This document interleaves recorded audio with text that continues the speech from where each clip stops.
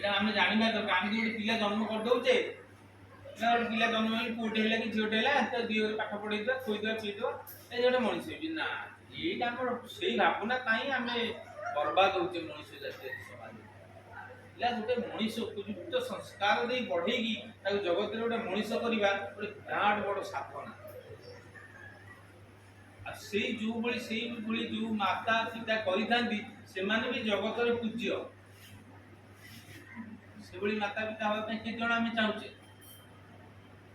ଆମ ପିଲା ବିଦ୍ୱାନ ହୁଅ, ଆମ ପିଲା ଧର୍ମବାନ ହୁଅ, ଆମ ପିଲା ଆଧ୍ୟାତ୍ମିକବାଦୀ ହୁଅ, ଧର୍ମର ପଥିକ ହୁଅନ୍ତୁ। ଆମେ କେତେ ଚାହୁଁଛେ ସେ ଭାବ? କୋଉ ବାପା ମା ଚାହୁଁଛେ ଆମେ ସେ ଭାବ? ନା, ପିଲା ଆମ ଡକ୍ଟର ହେଇଯାଉ, ଇଞ୍ଜିନିୟର ହେଇଯାଉ, ଅମୁକ ହେଇଯାଉ, ସେମାନେ ଲକ୍ଷ ଲକ୍ଷ ଟଙ୍କା ରୋଜଗାର କଲେ ଲକ୍ଷ ଟଙ୍କା କଣ କରିବ? ମୁଣ୍ଡେଇ ବୁଲିବ ନା ସେଇଥିରେ କଣ ଖାଇ ପିଇକି କଣ ଭଗବତ ପ୍ରାପ୍ତି ହେଇଯିବ?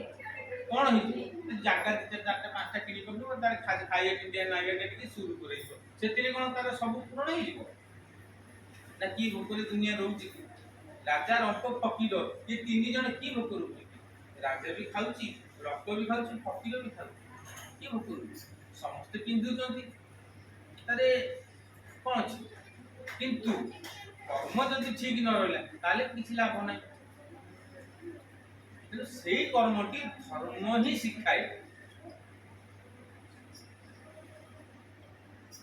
ଧର୍ମ ସେଇଆ ଶିଖାଏ ଯାହା ମୋର ମୋର କଣ କାର୍ଯ୍ୟ, ମୋର କଣ କର୍ତ୍ତବ୍ୟ ରହିଛି। ମୁଁ ତ ଗୋଟେ ସଂସାର କଲି, ପିଲା ଛୁଆ ଜନ୍ମ କଲି, ତାହେଲେ ସେ ପିଲା ଛୁଆ ପ୍ରତି ମୋର କଣ କର୍ତ୍ତବ୍ୟ ରହିଛି? ମୁଁ ବାପା ହିସାବରେ, ପିତା ହିସାବରେ ମୋ ଧର୍ମ ବିଷୟରେ ମୁଁ ତାକୁ ଜାଣିଦେଲି। ସେ ଧର୍ମ ପାଠ ନାହିଁ, ଆଗ କାଳରୁ ସେ ପାଠ ଥିଲା। ଯେତେବେଳେ ଆମେ ପଢୁଥିଲେ ଯାଇକି ଗୁରୁମାନଙ୍କ ଆଶ୍ରମ ସ୍କୁଲରେ ପିଲାବେଳେ ଶିଖା ହଉଥିଲା ପିତାମାତା ହବାକୁ ହେଲେ କଣ କଣ ଗୁଣ ଦରକାର। ଜଣେ ପୁରୁଷ ବିବାହ ଯୋଗ୍ୟ ପାଇଁ ସେ ଜ୍ଞାନ ଆହରଣ କରୁଥିଲା, ଜଣେ ନାରୀ ମାତା ସିଏ ମା ହବା ପାଇଁ, ଜଣେ ସ୍ତ୍ରୀ ହବା ପାଇଁ ସେ ଜ୍ଞାନ ଆହରଣ କରୁଥିଲା। ସେ ତାର ଜ୍ଞାନରେ ଜ୍ଞାନୀ ହଉଥିଲା, ଇଏ ତାର ଜ୍ଞାନରେ ଜ୍ଞାନୀ ହଉଥିଲା। ଯେତେବେଳେ ଦୁଇ ଜଣ ବିବାହ ବନ୍ଧନରେ ବନ୍ଧା ଯାଉଥିଲେ ସେତେବେଳେ ଗୋଟେ ଋଷି ମୁନି ତେଜସ୍ୱୀ ଜିନିଷ ସବୁ ଜନ୍ମ ହଉଥିଲେ, ବଡ ବଡ ବ୍ୟକ୍ତିତ୍ୱ ସନ୍ତାନ ମାନେ ମଣିଷ ଜନ୍ମ। ଆଜି କଣ ହଉଛି? ମଦ ଭାଙ୍ଗ ଗଞ୍ଜେଇ ଖାଇକି ସଂସାର କରିବା ପାଇଁ ଚାହୁଁଛନ୍ତି। ବାହାଘର କଲେ ଚିକେନ ମଟନ ଭୋଜି ଦେଇକି ଶହ ଶହ ଛେଳି କୁକୁଡ଼ା ଆଣିକି ଏଠି ଆମେ ବାହାଘର ଭୋଜି କରି ଖୁସି ମନେଇଲେ ଏତେବେଳେ ଭଲ ହବ?